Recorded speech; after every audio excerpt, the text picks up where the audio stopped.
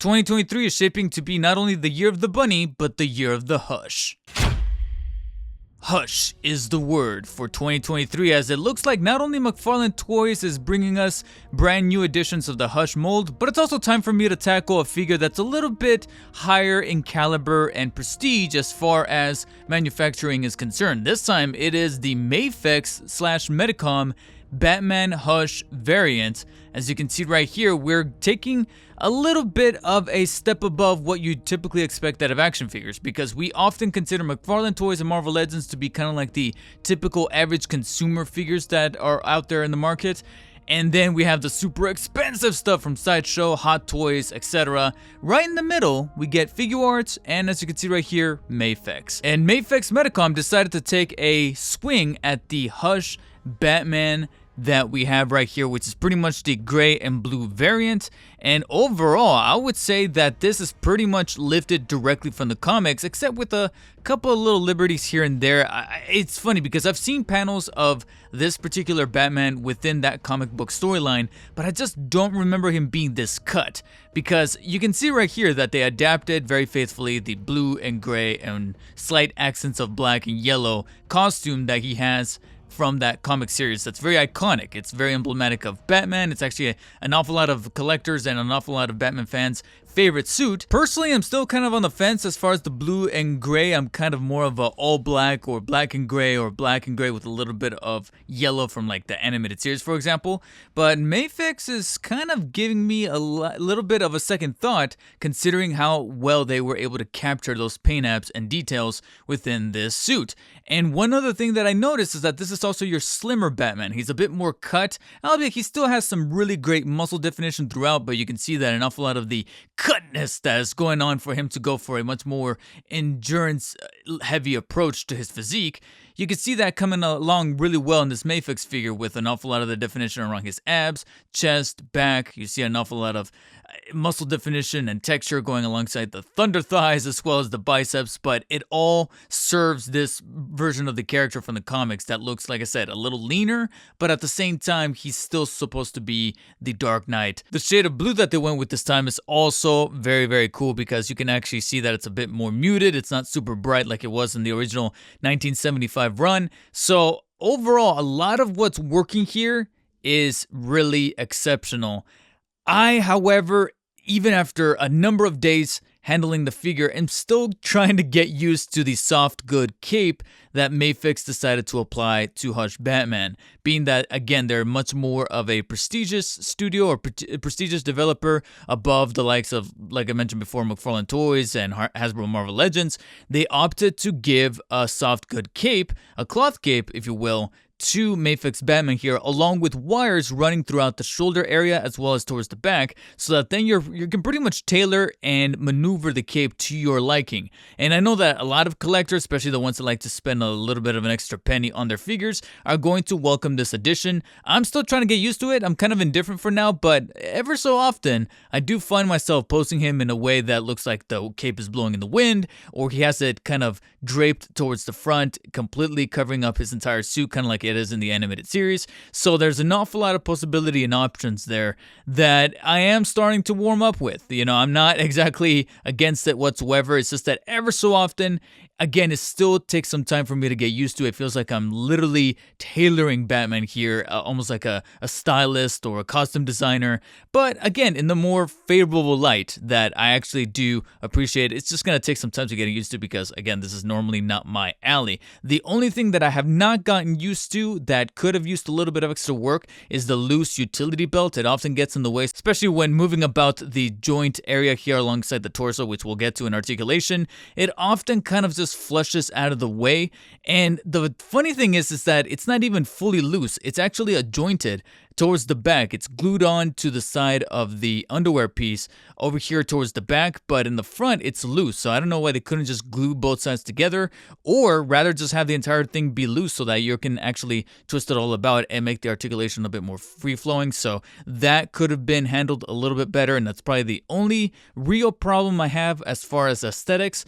But overall, the actual presentation value of this figure, even if it is at the 6-inch scale, very, very quickly, I learned why exactly Mafex charges around the likes of 90 to 100 bucks, because not only do you get a really great feeling figure with premium quality on the plastic, as well as the soft, good cape that comes along with it, but also the really premium feeling articulation they throw in with several points that I would even have to admit give McFarlane a run for their money. You do have not only one, but two joints in the neck and headpiece that allow it to turn 360 degrees at the top as well as towards the bottom. Ever so often they do kind of move alongside each other, so you kind of have to separate or kind of use a little bit of force or gravity to get one joint to move over the other one. But of course you'll have the Adam's apple right there in the middle of the neck to kind of align you back to normal to where it's supposed to be. But not only do you have really great rotation, you can also tilt the head almost all the way downwards like so, and you even have some extra mobility in that top neck joint that feels like it's kind of shrugging forwards and outwards, and then an awful lot of tilting towards the top. So you do have quite a bit of mobility. You just got to be careful a little bit with these neck joints, only because there's a secondary purpose behind all of this when we get to accessories, and we'll cover that momentarily. But you do get an awful lot of tilting and shrugging and moving towards the sides as well. If you manage to move the wires of the cape out of the way, you are able to fully rotate the arms 360 degrees vertically, as well as very fluidly tilt them towards the top, almost beyond the 180 degree angle, as you can see. And you do have those middle pieces in the middle that cover up the joint to make sure that everything looks very flush. Bicep swivels on both arms that are able to rotate all the way around. Two joints at the elbows that feel really good to bend all the way upwards like so. And then of course you're going to have a ball joint at the wrist. However, this feels much like the other joints. There's no kind of prejudice in mind here, where all joints are created equal and you're able to rotate the hand 360 degrees, as well as being able to pivot it inwards and outwards like so. And like I said, it actually feels good to do so and never feels like it's kind of out of place or half-assedly. And then we get to that torso where, like I mentioned, the belt can kind of get in the way at times, especially when it nudges the front upwards and downwards. But the only reason why you're going to be doing so is because the torso cut here in the middle does allow it to move left to right. Unlike McFarlane this time though, I don't feel very secure or kind of confident in myself to rotate it all the way around, because I am greeted with a little bit of resistance due to the way that this is all sculpted. But you are able to pretty much twist them left and right, as you can see right here amongst the abdominal area. And you do have a waist joint that fully rotates 360 degrees. Again, that utility belt kind of comes in the way and you hear a little bit of resistance amongst the plastic and the rubber, so do be careful. But you get so much mobility forwards and backwards, as you can see, very full motion crunching going from forward to back that it just never gets old to do so. Sometimes Batman himself even turns into your own personal fidget spinner. What happened to those? You can also crunch the obliques from Ooh, shit. See, there it goes. That's actually one of my other little complaints, is that the neck joint right here is a little loose when maneuvering the piece. That's why you got to be careful with turning or tilting of any kind with the bottom neck piece, not so much the top. The top is actually pretty secure, but the bottom comes up very freely, at least on mine. And the reason for that is for the accessories. We'll get to that again in a second. But the torso joint is actually one of my favorite areas of posability with the figure because of all the mobility and how good it feels in hand to do so. So an awful lot of premium quality going on right there. And then you get even to another, what I like to call a slight hidden surprise within the, I'm pointing at his crotch, the top leg joints that of course have the basic functionality of being able to extend forwards like so, and really pretty decently towards the back until you get to the eventual crotch piece right there, and an awful lot of good movement towards the sides via the extension. Albeit, I wish it could have extended a little bit more. It kind of stops at the 45-degree angle. I feel like some McFarlanes have been able to do so a little bit more than this is able to do, but that's because when you finally get the legs back into position, you'll notice that they kind of slumped a little towards the bottom. That's because you actually have a little bit of a shrugging motion, if you will, inside of the top leg joint. So when you kind of take the legs, you can kind of extend them towards the bottom or then nudge them towards the top. So there's a little bit of hidden mobility going on those top leg joints, and that's actually very much appreciated, even if it came at a cost of the extension. Much like the elbows, you do get two joints at the knee that are fully able to bend all the way inwards. However, and also very much like the elbows, these are actually some of my favorite joints, not so much because of posability and movability because, you know, they're two joints of the knees. You can only bend them in one direction, but doing so just feels so good in hand. I don't know what it is. It's kind of like ASMR for toy collectors, except it's not so much what you hear, so I guess the A doesn't count in that, but rather what you feel, FSMR, because the joints in the knees are some of my favorite joints I've ever had the pleasure of moving in an action figure in most recent memory. It actually feels really good to move these knee joints, and it would be a godsend if more commercial retailers or commercial toy makers such as McFarlane or Marvel Legends were to adapt this. But of course, that's going to cost money, and that's not going to happen anytime soon. Once we get to the ankles, however, we get your typical ball joints that are very free-flowing and are able to rotate the ankle 360 degrees, as well as pivot downwards like so and upwards like that. And he does manage to get some toesies hinges in there that are fully able to bend all the way upwards like so. And I guess while we're on the subject of posability and articulation, we should cover those wires inside of the cape itself. You got pretty much two kind of, like I said, coming from the front over his shoulders, and then two coming from the back down towards the back and into the middle portion of the cape. And they're pretty much these felt wires that are pretty flexible, but they never feel terribly rigid. I'm actually pretty surprised by the quality of the wires they utilized here, to where it looks like it bends in the direction that you want it to, while at the same time never feeling like a chore or strenuous to do so. It is really awesome, and honestly, it's one of the things that's probably going to make me keep a lookout for any other Mafex figures that they're going to be making for Batman, specifically the Robert Pattinson Batman that they got coming out later on in the year. And if it's going to be holding a felt cloth cape with wires like this, very much so, I'm probably gonna be down to pick it up day one, because this is definitely warming up to me. Again, I was a little indifferent and a little intimidated at first because of how much I was doing an awful lot of the styling for the figure as far as the cloth cape. And at first, like I said, it felt like a bit of a turnoff considering how much there is to hold back here. If there was another little complaint or nitpick that I would have, is that maybe we could have used a little bit of trimming with the cape itself. I feel like it is a tad on the long side. Once you do stretch it all the way out, you see right there that it kind of extends beyond the boots, and as such, you're gonna have him tripping over it if we were to look at it from realistic perspectives. But at least it does a phenomenal job of looking like it's kind of blowing in the wind, and makes for some really amazing poses. So you can see right there that you're pretty much gonna be dealing with a showstopper as far as the 6-inch scale of Batman figures, and Mafex did an exceptional job. Here's the thing, if the cape is not doing it for you, then maybe the plethora of accessories that Mafex threw in is probably going to do it. This is pretty much going to address the reason for why this joint is so easy for it to come off. And that is because he's gonna have two alternate heads. One where it's pretty much the exact same thing as his cowled head, except he is sporting a grimace on his face, almost like he's being strained in action. So he's showing a little bit more of his teeth and angry looking facial features right there. So that's pretty awesome. I'll admit the only little issue I have is that there's a slight little paint error going alongside the area of the mouth in the version that I got. So do make sure to be checking through that window to make sure that you have no major paint errors going alongside your figure, but I'm willing to forgive that transgression, because then we get a beautifully sculpted, I guess you could call it Bruce Wayne head, that you can swap out not only the standard head, but also the neck piece for, because obviously he's not going to be sporting the cowl, so it doesn't make sense for him to have the blue neck, and instead you could swap it out for a skin tone accurate neck. Now, if I was to get a little subjective here, I feel like I'm pretty much a little bit in the minority here. It's meant to be a Bruce Wayne head, but I don't know what it is. There's something about his expression, the look on his face and everything, that it just looks more so of a Clark Kent head. I mean, literally, look, take a look at that head, add some glasses, maybe comb the hair a little bit more towards the back.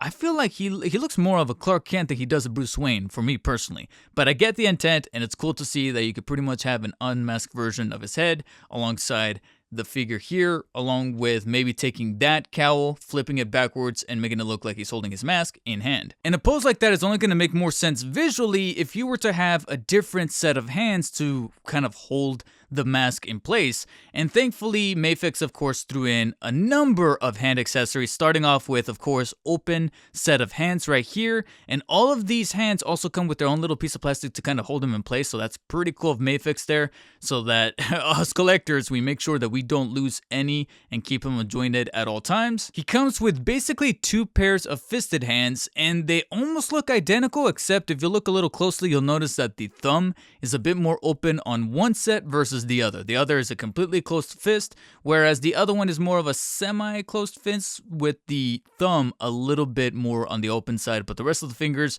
are pretty much identical, so you can kind of pose it in a variety of ways with those two. 2 semi-relaxed open hands just for some more neutral relaxed open poses, or if he's gripping onto that utility belt by the side. 2 holding hands to make it seem like he's holding something in his hand, pretty self-explanatory, and we'll cover exactly what he's holding in a little while right now. 2 Wolverine hands, as I like to call them. I understand we're crossing some some branding here, but they gave him this pair of hands that is rather unique, but is still pretty dope because it's pretty much him holding all of his batarangs in hand to make it look like he's holding a couple of knifed out brass knuckles.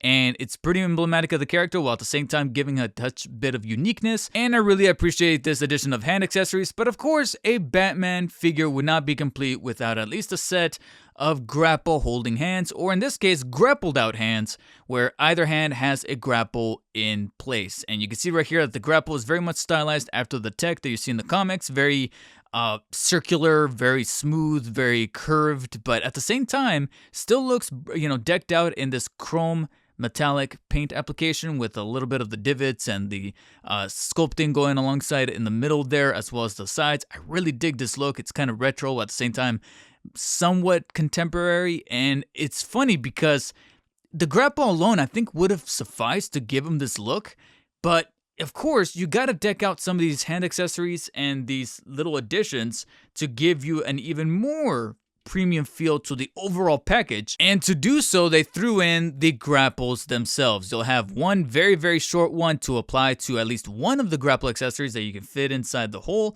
while at the same time the other one you can see right here is one large metallic thin rod here in the middle with the grapple at the far end. It's made out of this wire that's kind of similar to that of like a paperclip, but it's still very durable. Admittedly though, it feels like it's very easy to break, so do be careful with this. But of course, either of these grapple accessories you could fit into the hole and pose it in a way where he's either about to deploy the grapple or he's in the middle of deploying it and is about to catch some air. And it's cool to see that they threw this in. It actually makes the whole figure come alive even more.